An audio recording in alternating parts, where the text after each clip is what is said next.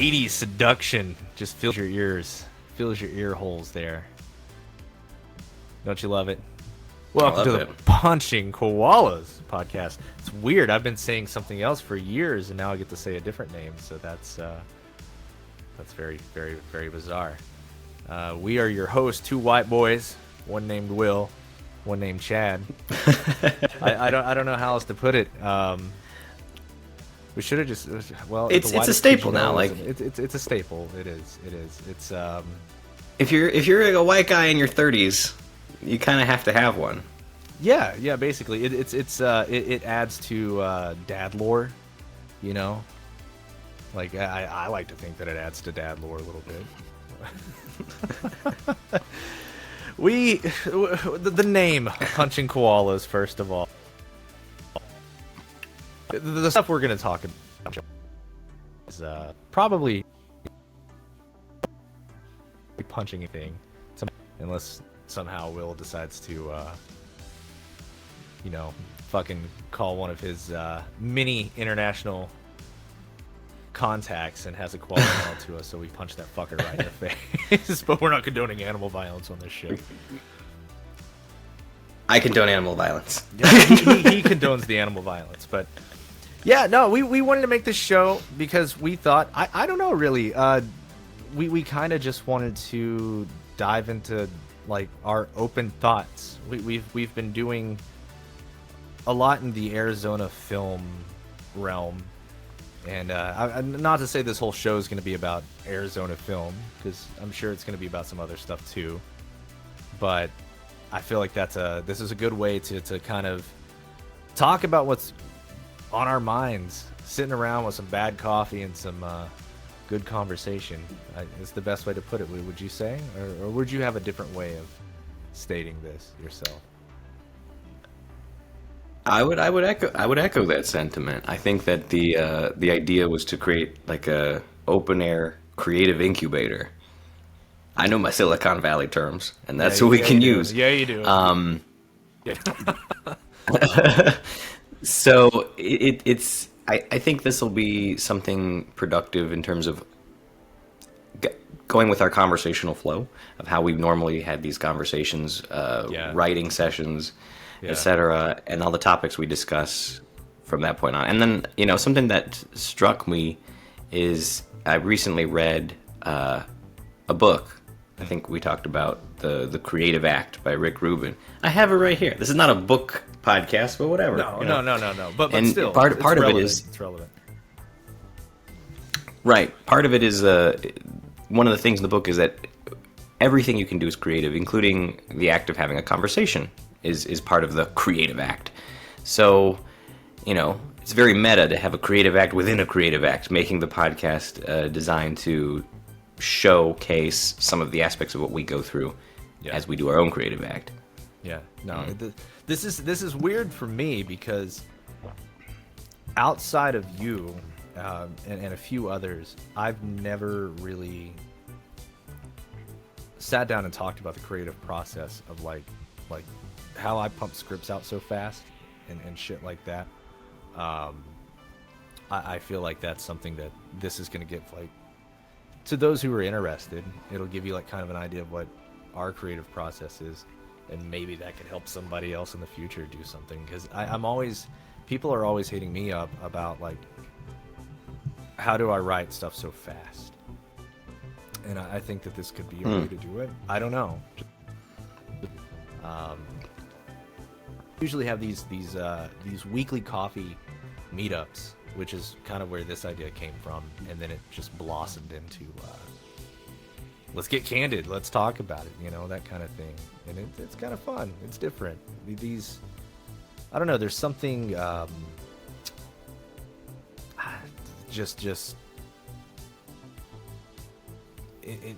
don't know, there's something exciting about just getting to sit down and develop these ideas from the ground up, the foundation up. And I don't know, having a bad cup of coffee with it doesn't hurt anything at all. So, Not at all. Yeah, and then the idea, if we continue going forward, would be potentially showcasing or interviewing some of the creative people we know in our circle. Yeah, that'd be awesome. ranging from videographers to photographers, etc., and everything in between. I think that showcasing a community of creatives might inspire people to make their own community wherever they are, which I think is a good thing, wherever someone may listen to this. Yeah, I think it's a good way to do it. Arizona is a very strange place. It's really weird. It's probably, I mean, I've only gone to like 2 places ever to really dabble in like film, but this is by far one of the most bizarre places ever. And I don't necessarily mean that in a negative way or a positive way. I mean that in the sense of it's just fucking weird. It's just really weird, and the future is uncertain to me about this place, in my opinion. They're still uncertain. But yeah, man, how did we should probably give a little bit of background, like, to those who don't know you. Like what you're an actor. You've done voice acting. You've done commercials. You've started features. What got you into acting? What have you not done, and what do you want to do? Like, what's some goals that you strive for? Whenever someone asks me that question, like, oh, you're an actor, what kind of films do you do? And I love, my favorite answer is like, well, mostly adult films. And then I just pause. Just give that nice pregnant pause. Oh yeah. And there's 2 kinds of people. There's the 20%, 80% will be thinking, oh, okay. And then 20% are cool, and they'll say, where's the link? You know, can I catch you on the hub? Can I catch you on the hub? It's like, let's see. Like, and so, well, the reality is, no, I'm not in any adult films. But that's a fun answer. The aspect of the acting side is from mostly independent films or commercials that I've done. How I got involved, it actually stemmed from how many people get involved in the creative world by working an absolute bullshit job in my early 20s. I used to work, shortly after college, it took a while to find a job, but I worked at a blood testing laboratory a long time ago. And it was overnight, and this is the backstory. There's context here. And I used to mess around with the intercoms in my office area. So the lab that I worked at, they gave us control late at night to make the announcements for the whole facility in the building. And if there's something that's going on in the lab, or there's a birthday at 2 a.m. for the night shift, they want to have the information out. So I would just absolutely fuck around and find out what's going on with the intercoms. I would just every day say, oh, it's Sheila's birthday in the break room. She's brought fucking cupcakes. And everybody, it really confused people, because most people didn't know who was working there. They just said, who is this person? They thought someone was chimed in. Oh yeah, it was phenomenal. And I enjoyed doing just different accents all night, various parts of the night. I mean, there was only so many times a week you could do announcements, but I would do various foreign accents, typically. And eventually, one of my coworkers said, did you ever think about doing acting? I don't know if it was an encouraging way or if it's a maybe you should just leave kind of way, but it got me thinking. We're really getting sick and tired of that fucking Irish guy. It's like, we don't know what's going on. Exactly. So I took it in as an encouraging way, and I said, you know what, that's a good idea. I need to get out of this job. So ultimately I did. That was one of the times where I quit that job. And to echo comedian John Mulaney, there's a great joke that I've never done heroin, but in terms of instant, immediate relief, his was canceling plans. But in my terms, it's quitting a bad job is just the same in terms of immediate relief. Just that feeling. Heroin. It's the exact same. So I quit, and at the time, I was investigating local castings. So how I got involved with the film community here was there were several boards for casting calls, and there were some agencies and casting networks, and over time I was just looking up local castings, et cetera, agents, and I started off submitting through casting calls, local ones, mostly extra roles. So the first project I ever got was when I think it was 2015 or 16, where whenever the Super Bowl was in Arizona, and it was the Super Bowl Skittles commercial. Oh, okay. I have a Super Bowl story too. I will love to hear. We'll get to it. We'll get to it. All right. But basically, that kind of snowballed. It was the first time I ever did a creative project where I was paid to come as minimum wage, and you just showed up, and I stayed in the Glendale Stadium parking lot. The whole commercial was to look like a Ferris or a fairground. Oh. And Kurt Warner was the star of the thing, and it was this interesting medley of a day. And I remember thinking, man, I'm just getting paid to do this. This is kind of fun. I didn't have any words or anything like that. You can't even see me in the commercial. It's one of those YouTube commercials you skip after 5 seconds. And even if you don't skip it, you won't see me, so just skip it. But it was, it started something. It started something important. And it started to snowball, and you meet people. That's the cool thing about starting as an extra or background character. You start to meet a lot of people. And if you're chill, people will start to want to see you more, and you make friends, and eventually someone's working on something, and you'll get invited to be in this or that or a smaller project, and it kind of snowballs, and eventually you're put on something. Is the air conditioner, is that too loud? I mean, I just started to kick on, but I mean, hey, it's whatever. Okay. I'm probably just gonna layer music. It is what it is. Through this anyway for dead air, Oh, that works.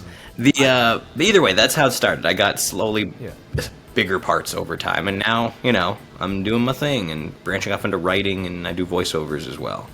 Do you do you have a preference to what you do? Because I know you've dabbled with a lot over the course of the last what's it been, 7 years, 8 years now? Yeah. Mm-hmm. So is there one that you choose personally as this is something that I could see myself doing full time as work? Would you writing, voice acting? Because you've done voice acting as well. Right. Is there one that stands out to you and it's this is it? I would say I'm a whore, so I'll do anything that pays me the right, the money. So if I just got something where it was a voiceover and I was the voice of some fun character, that's fine. If I was writing and I struck gold doing that, that's great. I think, ideally I like film and then having a creative influence on whatever it is I'm filming. Because, there are certain things. The one thing I don't particularly like, I'll do them, I enjoy them from time to time, is commercials. Because it feels absolutely soulless when you do a commercial. That's for me. Yeah. It doesn't feel like real acting, in my opinion. Yeah. I can say the same thing about music videos. I don't personally give a fuck about music videos because I think they're just... Yes, that's your pet peeve. It's the same thing. It's like, how many fucking times can I move the camera in and out of your goddamn face? I don't care. And if that's your thing, cool. But it's not my thing. And I would rather do my own thing and be completely piss poor broke than to be miserable making something that I don't want to be there doing. I'm just being honest. It beats an office job any day of the week, though. Oh, yeah, any day of the week. Any day of the week. God almighty, the fluorescent hell that it is. And that's something else that me and you have bared in common is getting to experience that I don't want to say it was stifling, but I guess it was stifling. It was stifling. It was stifling, but it was. It's almost. There's just something off-putting about having that creative juice, and we always messaged each other about this. Anytime we would go do a shoot together, when we would come back, we'd be like, "Man, it's like you're riding this high, only to have this place suck that shit right out of you." And it's hard going back into that mundane day to day. It's brutal. It's really brutal. Well, I think when you do something creative, and it's not even have to be creative, and it's something what we would define as creative. But according to that book, everything can be the creative act. But either way, whether you're into fishing or going outdoors or just working with your hands, when you're doing something truly purpose-driven that brings you joy, and you have to pivot back to the 9 to 5, you're kind of acutely aware of how antithetical that is to human existence. the fluorescent lights, the mundane NPC conversations. I mean, I remember when I was working for a place once. I won't say specifically where, but it was. I remember sitting there in the break room, and the conversations typically went like this: it was two middle-aged dudes. Oh, hey Matt, how'd you do this weekend? Oh, it was great. You know, I took Cheryl and the kids up to the lake, and then I got some yard work done on Sunday. And then, of course, Americans, oh, that's awesome, overusing words like awesome. Meanwhile, I am trying to calculate the tensile strength of the windows as I'm thinking, how much does it take for me to run at those fuckers to hurl myself out of this building? Because I do not want to sit and hear this conversation. Yeah, just on constant suicide watch. Well, I mean, that was a thing too. I don't remember if I talked to you about this or if it was somebody else. But at one of my old places of work, places of employment, they had there was this mass layoff that happened, and then a couple days later they started moving people their desk away from the windows. And it was like, is this intentional? It's like, are you guys afraid we're gonna chuck ourselves right out? Because I mean, I'm not opposed, but at the same time, it's like I kind of need this job, guys. It's like I'm not gonna do it. Well, because of some labor protections, they probably, or because of some aesthetic design choices, they probably weren't able to put the suicide nets up. But I'm sure if this was China, they'd be like, yeah, we're putting those nets up now. We're putting them up right now. It's in the budget. Don't tell anybody otherwise. It's I don't know, man. The corporate world, the office world is. I'm no longer a part of that fluorescent nightmare. I've moved on to other nightmares, but I don't know if I want to go back to that. I don't know if I could anymore. Sometimes I miss it. Sometimes I don't. I guess I miss not having to deal with people as much. But other than that, it's whatever, Yeah, man, it's cool to have that creative side outside of our 9-to-5s, where we can embrace, creativity and whether that be whatever Rick Rubin would describe as, which is interesting. You picked up his book because he's a guru, really. At the end of the day, that's the way I've always looked at the guy. Is he's this he's an enigma because he's got a very strange way of thinking about things, and I love the fact that he thinks that, or he finds things, everything is creative to a degree, no matter how small or how big. Kind of like what we do, we typically shoot a lot of our own stuff on the most micro budgets imaginable. And I think that's really cool. To kind of harken back to him. And we need to talk about that over the course of this. I think that over time, we don't have to do everything on this one episode, but I think over time this might serve as a conduit to helping people who are interested in making their own films and understanding what's possible. Because I feel, from my experience, you can do almost more with less, or you're forced to do more with less in the independent film world. Yeah. Would you agree? Sure. Yeah, no, I would. A lot of people say making a film is the best film school you could possibly get, and I wouldn't. I don't want to say I fully agree with that, because there's a lot of things that I did learn fundamentally wise in school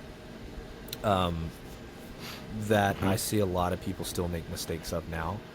I'm not saying that I'm perfect by any means, but I think that I would be making those same mistakes that I see a lot of people make if I didn't go to school, just to learn some fundamentals. And then there is that element of making your own film for the first time to actually see what it's like to just get your feet wet, to get out there. Whether it be good, whether it be bad, complete dog shit, as some people would like to say, but it's definitely, it's something, and fuck, man, I enjoy it. some days it makes you want to blow your brains out. Some days it's a lot of fun. I think it depends on the company you keep too. Really, at the end of the day. True. That's anywhere. I mean, I think there's something derivative of that in the corporate world too. Is when you mostly, a lot of people stay in that because of the people they work with. Because sometimes you're kind of bonded together through this shared struggle of, man, this is fucking horrifying, isn't it, guys? And we're all just there together, and that makes it palatable. But on the flip side, you're living your dream, which could be, in your case, is making films, writing, etc., can also be brought low by dealing with the worst people who are negative or just not really they're trying to intrude on your vision or controlling. So you have to be careful with the company you keep, for sure. So that'd be the number one lesson, I think, in my perspective, from anything. Because even in the acting world, it's the same. I mean, I've been on some pretty interesting sets where the mood was destroyed by a director or a lead actor or actress. There's a few out there, and it just you can only you're forced to carry the scene as best you can, or just let it languish. I mean, I don't want to say. There's ways out of every there's ways out of every situation, but you've told me too that sometimes it's best to just kind of bite the bullet and see it through. Even in the case where we're not gonna say the name of any of the films here, but you mentioned once before, and not yet. You can not yet, at least. You can stop me if I go too far here, but you did mention there was a time where you had to technically get wasted in order to enjoy. Is that okay? Correct? I can share that story. Okay, and that's totally correct. Guy. I mean, it's a well-known, not well-known, but it's a disclosed open story. So it was one of my first. It was the first feature film I was ever cast in ever, and it was a great story, but I think it was poorly executed, and. Even years later, I teased the director. We're still friends about it. They're like, man, how did that go? He's like, yeah, I know that was dog shit, but I just wanted to finish it. The director's cool. Like, and he's a cool fucking guy. Like, the director's super cool. Yeah. We should interview him sometime. We should. Very, very knowledgeable guy. But I would say that, it was. They had a local premiere at Sun Studios, which is this theater in Tempe. And that was a one night only, and that's all it ever needed to be. And I remember watching. I knew that it was not going to go well because I remember we used this small Sony cam from. I think this is 7 years ago. So cameras have developed a lot in 8 years. But this was just the audio on the camera, and the whole movie sounded like it was done in a tin can. I remember that the first 10 minutes you can't even hear the lines because air conditioning went off, which is why I panicked at the beginning of this this episode. Yeah. But the issue is that. There was, I remember thinking, this is not going to go well. And so I went with my friend, and there was a bar across the parking lot. And I said, just in case, her name was Sarah. Her name is Sarah. She's alive.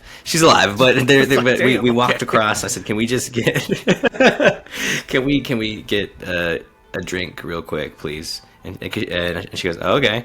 And I immediately downed one, and then the second one. And I go, okay, now I'm ready.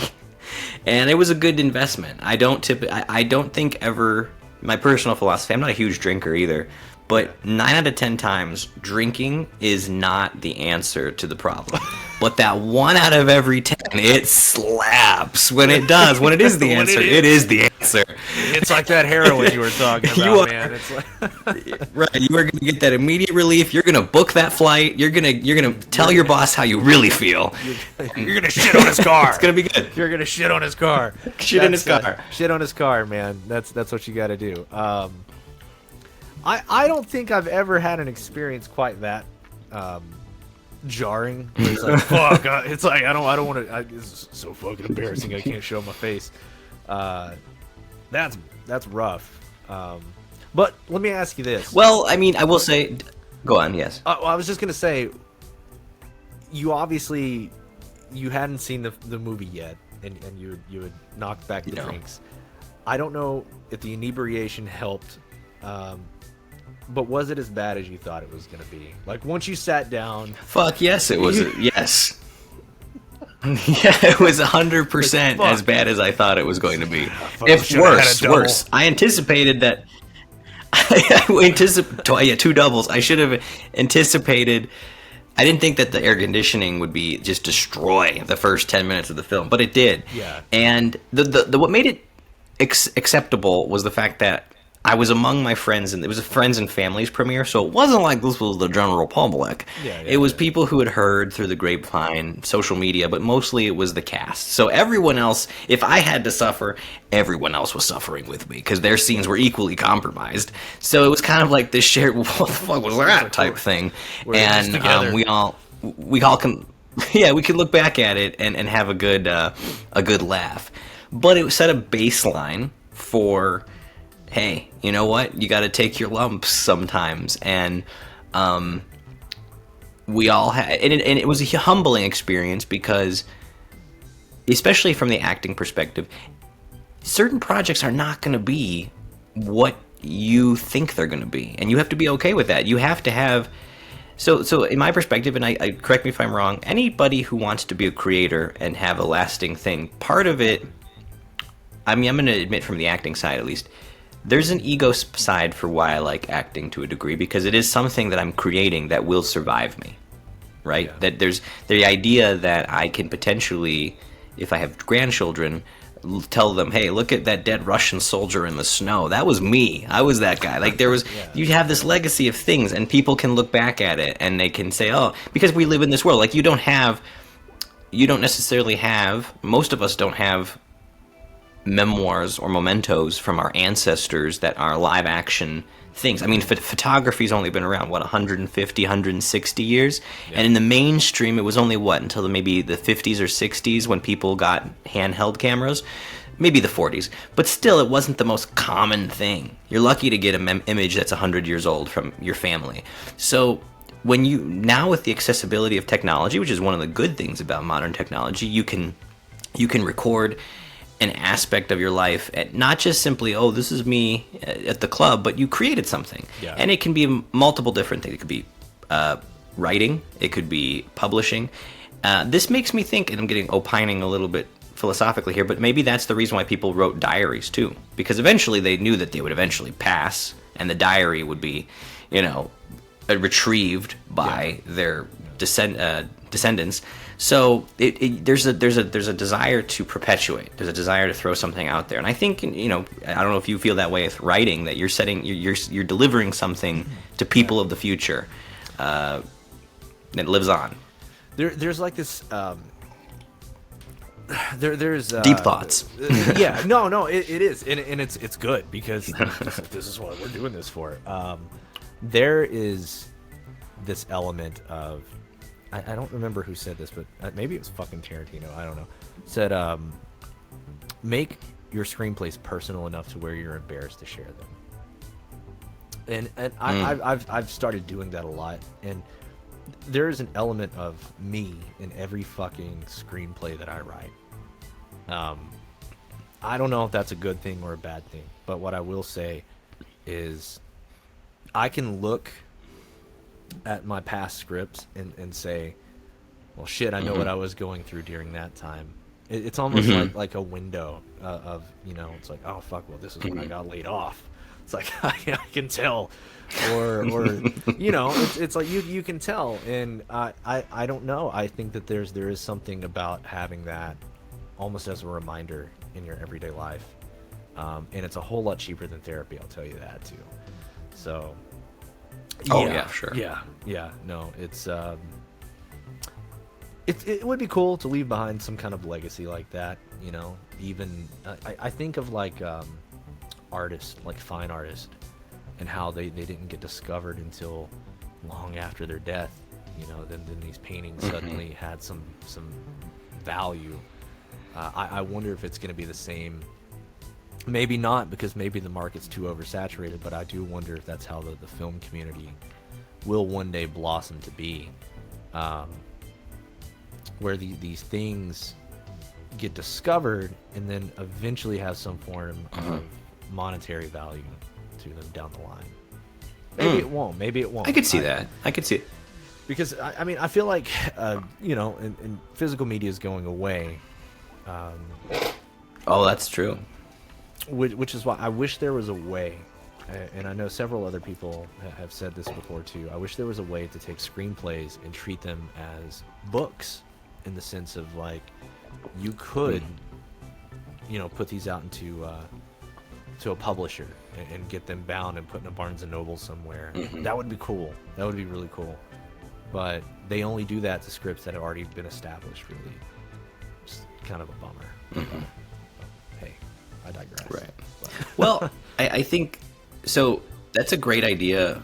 There's several different ways I could take that statement. First off, I think that I do see a day coming when, how do I put it? When these gems are discovered later on. Film creators or content creators are discovered way later and appreciated more. I mean, already there's the whole trend of YouTube channels dedicated towards lost media. Because, right, when you think about it, the internet's been around since, let's just say large-scale adoption was the late 90s, even though it's been around since the 80s, technically. Yeah.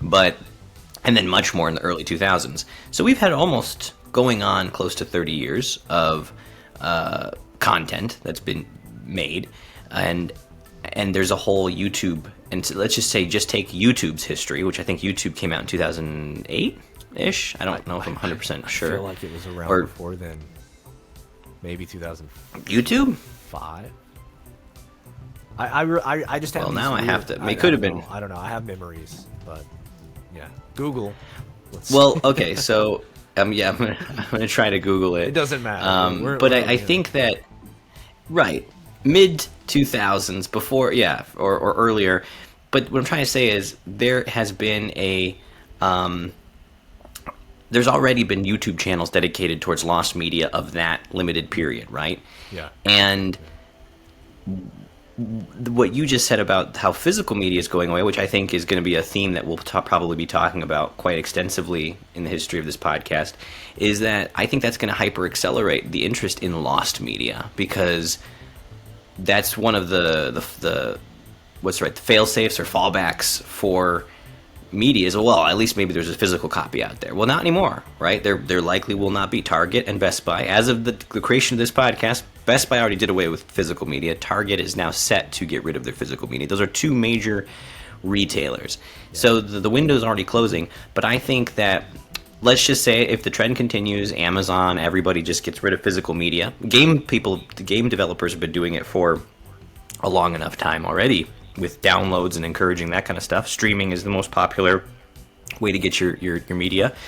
I think there will be a regenerated interest in lost media or obscure media, and that may provide the platform for creators who didn't get their chance to shine. And so they'll be the equivalent of like a video Van Gogh or something like that.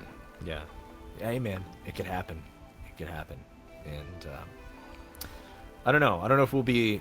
I mean, I'm sure we'll get to witness some of that to a degree. Oh yeah. But I don't know. Lost media is a very fascinating thing, and the same could be said about music. Like I feel like now there's a lot of stuff that is getting discovered, and I don't know why. Like it's just starting to somehow filter its way into society gradually. And I don't know. I love the fact that music is starting to get such a second life. So some of these songs and things, like we have a playlist that me and you had basically catered to our writing sessions and stuff, which is kind of cool. It's just stuff that has inspired us to some degree, because I think music and film go hand in hand a lot more than what people want to for sure. want to let it out to be, and it's very important. I think that it's just as important as your story, because it's a story within itself. It's a sub story, or it's something that holds its hand and guides it to the end. I don't know. I love that. It's rare. It's really rare that sometimes when something can pull that off. It's been done, but not done enough. Not done nearly enough. But I love it. So, yeah. I mean, so you feel that then music is going to be like how do I describe it? That you're saying that there's been an emphasis of lost media music, or I wouldn't say that it's what do you mean by that? Like not necessarily lost for music. I feel like some music is starting to get a second chance, like things that maybe didn't get a chance when it was first brought into the world. Right. Okay. And now I think Blue Monday is the perfect example of that. I'm not saying that song wasn't popular. That's a good one. Back when it first came out, but I'm sure that its popularity has increased tremendously over the course of the last year, in comparison to when it first came out. I would agree. Well, that's meme culture in a way, isn't it? Because I think the reason so many people I think it is, because Gen Z, the whole TikTok thing, and I remember when in 2020 when everyone was on TikTok, a lot of we'd call them kids, but they're not. Like they're in their early 20s, right? Yeah, they were discovering new music, and even I discovered music that I hadn't seen, because I would go on Instagram Reels or TikTok occasionally, and I would think, what is this song? So I'm not immune to it, and I think that we all kind of, because of social media, another benefit. This is not me just sucking off social media, but there's a good and a bad side. So it's good to acknowledge both. But one of them is the connectivity of people and the spread of and dissemination of ideas and media. And yeah, music there's a lot of popularity that was gained through what you think of as TikTok famous songs, right? But they weren't that popular when they first came out. I mean, the best example, and we've talked about this a lot, is what's the Running Up That Hill? Yeah. That song. Yeah. That was not a very popular song when it first was released, but because of Stranger Things, because of the adoption by the Duffy Brothers, that song, a song that was like by then 30-something years old, became number one for a long time. Crazy. And we see it even today. Yeah, it's crazy. Murder on the Dance Floor I hear it all the time. That came out, what, 2006? Or some shit. 2002. That was even earlier. But either way, it was. It's cool. I don't know. So I think yes, music started it, right? So music started this whole thing about like, oh yeah, this is super popular now. It's 30 years later. I think we'll see the same thing with movies or. Yeah. There was a few examples, like there's a few cult classics, right, that got popularity, but I think we'll see it even more so, where there'll be certain pieces of content in short films and movies that'll become super popular years later. Oh yeah, definitely. Yeah, but I mean, in a nutshell, this is just kind of a taste of some of the things that we want to talk about on this whole thing. Punching Koalas, though, Jesus Christ, Will, where did you come up with that name? It was late at night. We were just talking about the podcast, right, the previous week, and then I have sometimes not a ton of trouble sleeping, but when I'm feeling energized, a lot of times that's when like creative ideas will start to come. Yeah. At night. Oh, yeah. And I remember just laying down and thinking, okay, we got to do. You start going through that mental process of the stuff you got to do the next day or next week, and I was thinking we got to find the name for this thing, and I was going through titles and things, and I think it would have been too easy to call it something germane or something that was like relevant to just film, because we don't want to isolate it to film. It's not a film only podcast. No. I think it was, but you need something catchy. You need something that's jarring in a way. And so I remember I floated the name of like Slam Toaster as just the thing, just thinking weird thoughts about. Slam Toaster is a good contender. Man. Yeah. But ultimately, one of the things was, okay, well, what about punching koalas? I think it was because there's a GIF. If you look up koala on TikTok, your cell phone, whatever, the GIF images, and you look up koala, there is a GIF of I think it's from like a 90s or 80s Australian show. I could be totally wrong, but it's this puppet koala that has this cup of coffee and glasses, and then it gets punched in the face, and it makes the little its mouth opens up, surprise. And I always thought that was kind of jarring and hilarious. Yeah. So I thought, what do we call it? Punching koalas. So there's something interesting and kind of like, oh, that's unusual. It's definitely different. I like it. It was yeah. It made it to my my vote. I was like, no, punching koalas. It was between that or something about bad coffee. I think it was just bad coffee, wasn't it? I don't remember. Bad coffee. Yeah, bad coffee. But I love punching koalas. It's got there's a charm there. Yeah, man. We're gonna expand our Australian market share for sure. Fuck yeah. No, it's without a doubt. That's the goal. That's the goal, to take over the Outback. There's a few things though. I don't know how long these episodes are gonna run. We've elapsed 40 minutes, and I don't even feel like we've been on here for 10. So it's kind of crazy. Right. I wanted to talk a little bit today about this new Tarantino news, which it's probably not new to people that are listening. If you're into the whole film thing, but the movie critic isn't getting made. He backed out. What do you think about Okay, so that's where you mentioned that, and I didn't. Yeah. Okay, I didn't quite put two and two together. So he's backing out of his other film. Yeah. Please elaborate. So I don't know. He made this comment, and what was it he said? I'm paraphrasing here, but it was like, not every movie needs to be made.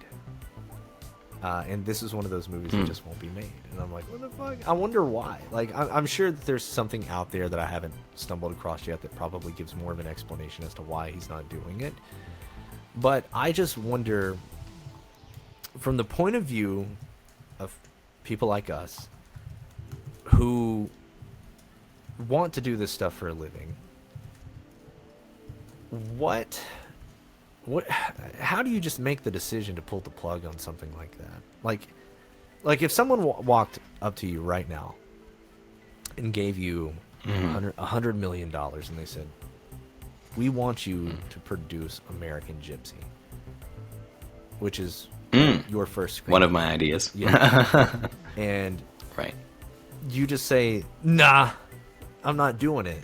Like, what the fuck? Like, I mean, I know it's a little bit different. It's a different scenario for him because he's got oodles and boodles of money, and he probably never has to work another day. That's true. But let's say you were in that situation. Like, what would be going through your head? Is it just not good enough? Like, I don't think I ever recall a time where he's done this. I think it's also an issue of like how hungry you are, right? I think you hit the nail on the head. He already has the money. Maybe if you had offered $100 million, or even adjusted for inflation, maybe $50 million to a younger Tarantino who had only made one movie so far, Reservoir Dogs, he might have jumped on being able to make that script, even if it was only half baked. And I mean, you're more the Tarantino fan than me. I like some of his movies. I like a few. I don't like everything he's ever done, but I like 5 of his movies, I think. Yeah, about 5. Right. But I don't know. I think that he, maybe he'll circle, or it could be just a bullshit thing where he'll eventually pop up in 2 months and say, I'm gonna do it. I'm gonna change my mind. Yeah. See, that's the thing about man, it's what gets me about Hollywood is I wish I had that type of fuck it, I'll do what I want. I mean, we kind of already do, but just on a lower budget, but like to be able to turn your nose up at however much money it's probably going to cost to make that, which I'm pretty sure he's not going to produce that himself. I mean, I don't even know. Who does he go through to produce now? It's not the Weinstein Company anymore, is it? No. So maybe, because I don't know. Maybe. They apparently overturned Harvey Weinstein's conviction because he in New York he did not get a fair he didn't get a fair trial, and so I guess I don't know if he's going to be released. I don't know what's going to happen with that, but Well, I heard. I wonder if I heard that he was actually in a. Was it him or Kevin Spacey? Someone was in a rehab facility out here. For a very brief moment. I think it was him. Was it him? I'm not sure though. I don't know either. Might have been. That's kind of funny to me. It's like, I wonder how many people are just knocking down. I wonder if like what does he do? What does he do when he gets out? And he's been 4 years, right? Because he was convicted in 2020. But I wonder if they give him his phone back, he just starts texting, "Hey everybody, I'm back. I'm so back. I want to make a movie." Yeah, that's it. I'm so back. Oh Jesus. Well, I the last photo I ever saw of the guy, he looked pretty run down. I think he was he had a walker and like a piss bag on his side or something, Maybe I'm wrong, but he looked pretty rough. No, yeah, he looks rough. Jesus, this guy. If you haven't seen any photos of Harvey, it might have been. Wait, what was that? He should. Yeah, well, he might have been that he had a makeup artist. He knows a lot of people, right? So he might have gotten a few lessons on how to walk. He might have had the makeup artist give him Peter Jackson did in Lord of the Rings. They did a troll or orc. It was an orc, I believe, that actually was designed based on Weinstein, which is kind of funny. So maybe he just reached out to Peter and he's like, "Peter, buddy, you gotta help me out." And then he had the makeup artist. He just told the makeup artist, "Hey, piss in this bag, please." And then in my mouth. It's like, oh, Harvey, those allegations, they're sticking. They're sticking, bud. Yeah, I don't know, man. Like, is there anything, I mean, apart from all this stuff, is there anything that you are like looking forward to doing on this podcast going forward in the future? Is there any I know we probably want to talk a lot about our ideas for Vinny and Hal. I would love to take one whole episode and just talk about the creative process of Vinny and Hal, because that would be fun. Oh, absolutely. I'd love to. We always say that Vinny and Hal is it's when our intrusive thoughts win. That's the example of what these two are. And but is there anything like right now that you're like really looking forward to being able to come on here and express, and just to get it off your chest? I don't.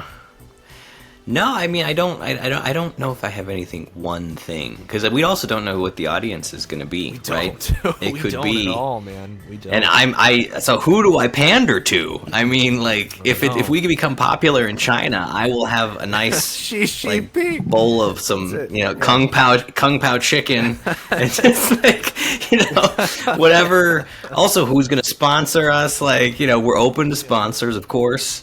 I mean, the world is so open, right? It's like when, I guess it's the equivalent of, super exaggerated, but like, if when the Spanish conquistadors took the ship, and they're like, "What are you super excited about? It's gonna happen." They're like, "I don't know what's over there yet." The mass genocide. What's happening? I'm really looking forward to that. They were probably gonna settle for pussy. That's what it was. Yeah. but there was gold. Idea, there was all sorts of things. That's a movie idea. Settle for pussy, and it's just these two fucking. Settle for pussy. It's just the story about these two fucking young soldiers, and they're really trying to figure it out. It's like I don't even want my stake in land, man. I'll settle for some puss. That's all I want. That's all they want. When you think about it, like if you think of. There's this meme that I think it's been co-opted by feminists, but it's honestly it's kind of true that like men would build monuments and stuff more so when it was harder to see tits, when it was harder for dudes to see naked ladies. There was these heroic achievements that were accomplished. You're not gonna show me. I'll do it my fucking self. Just some dude just chiseling this shit. Yeah. It's fucked, but it's wild. Yeah. I mean, when you think about it, I mean, you're just sailing the ship, it just comes coming out of their eyes like, we gotta go faster. We gotta go across the ocean. I don't know how much longer I can hold this. It's I don't know, man. I always ask that in my head about like every day I wake up, I'm like, what the fuck am I most excited about? Which kind of goes back to the Rick Rubin thing and this. I got really big into manifesting over the last year, and one of the techniques that me and my friend Justin we've been really trying to hone in is doing what excites us most in the moment. And I guess that's kind of where that question kind of stems from. It's like, what excites you most in the moment, and doing those things first before you tackle like any other things that's going on in your day-to-day life. And I guess it's settling for some puss sometimes. Sometimes that's just, you gotta settle for more. I don't know. That's funny. That's funny to me. That is probably the funniest thing I've heard all day. It's a dangerous playground. I believe in a lot of that. I believe in that too, and I feel like though it's funny that maybe it's good to hone on specifically like doing what that excites you in the moment, but that could also be interpreted as like, I'm gonna throw a brick through this shop window because they were real. No, wait a minute. The intrusive thoughts. The intrusive thoughts are winning. It's like, I'm gonna fucking throw the brick through this window. There's a guy on Instagram. I don't know if this has to be satire to some degree. I hope that it's satire. He just walks across the streets of, I don't know, it looks like New York, maybe Chicago. Probably Chicago, let's be real here. But he'll walk across the streets and he'll be like, oh, it looks like somebody got a parking ticket, gonna make their day worse. And he fucking throws a sledgehammer into their window. And to me, that's funny. But at the same time, I'm like, is this real? Like, I can't tell anymore. Like, I can't fucking tell. It's like he got can you loaded imagine? Into the game of life. He just He's just discovering free will way later. He's like, oh, this fucking window. It's funny to me because it's like, what if there was this guy, just this unhinged guy out there who goes live every once in a while? Maybe he doesn't even have to go live. He just records his intrusive thoughts every single day, and whether it be punching a baby, punching a koala, or breaking a fucking window, that's what he does. He just streams it for the world to see. I mean, that's just called crime. I mean, it's called crime. It's just called crime, man. It's called evidence. And he's suspect number fucking one. Yeah, no, it's I hope he eventually settles for some puss though. So that way it'll clear his whole thought process out. I don't know, but that's why I wanted to ask you, man. I just got to ask. It's what interests you most, going forward with the pod? But that's a good way to answer the questions. We don't know because we don't know yet what this is going to be blossomed into, but it's going to be fun to discover it as we move forward. And yeah. At least I think. I agree. I agree. Yeah. But yeah, no, I agree. I think it'll be fun. I don't have anything else to talk about at the moment on my little to-do list over here. Was there anything you want to talk about before we sign out for our first inaugural? No, I think that this was a good introductory episode. I'm excited to start this process. I mean, here's the thing: like, we don't have yet the $10 million studio, or we have the. I mean, there might be studio episodes if we do bigger episodes. We've been floating that around about if we interview guests, we might rent a small space and have something in person. But I think the key is, if you're inspired, and this hopefully inspires other people who might be thinking of making something, whether it's a podcast, a book, whatever. Yeah. You got to just start with what you got. Even if you don't have a laptop but you want to write a movie. Well, what was the movie? Boondock Saints was written on a cocktail napkin. Yeah. It was written on paper and pen. Whoa. And yeah. So, but I'm just saying it's the idea is start doing something, and we're starting. We'll see where it goes. Yeah. But definitely. I'm good, and I'm ready. I think solid. All right. Yeah. No, I'm right there with you, man. I'm ready. It's time to suck today's dick. That's what it is. We gotta do it.